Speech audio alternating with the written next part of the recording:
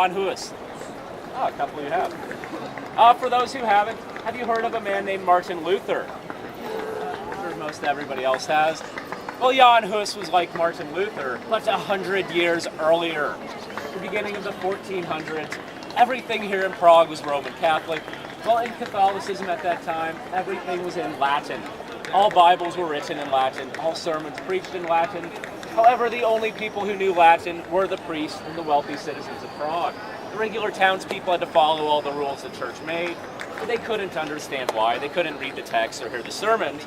Well, Jan Hus said that's not fair to them. They should know why they follow our rules.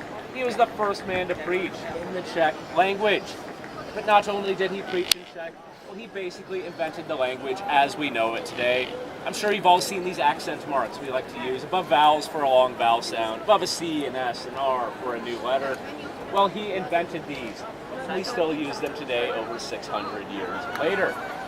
Another thing we had in the church was a thing called indulgences. So if I knew I was going to commit a sin, let's say Wednesday, I'd go to confessional. I'd tell the priest, next Wednesday I'm going to commit adultery.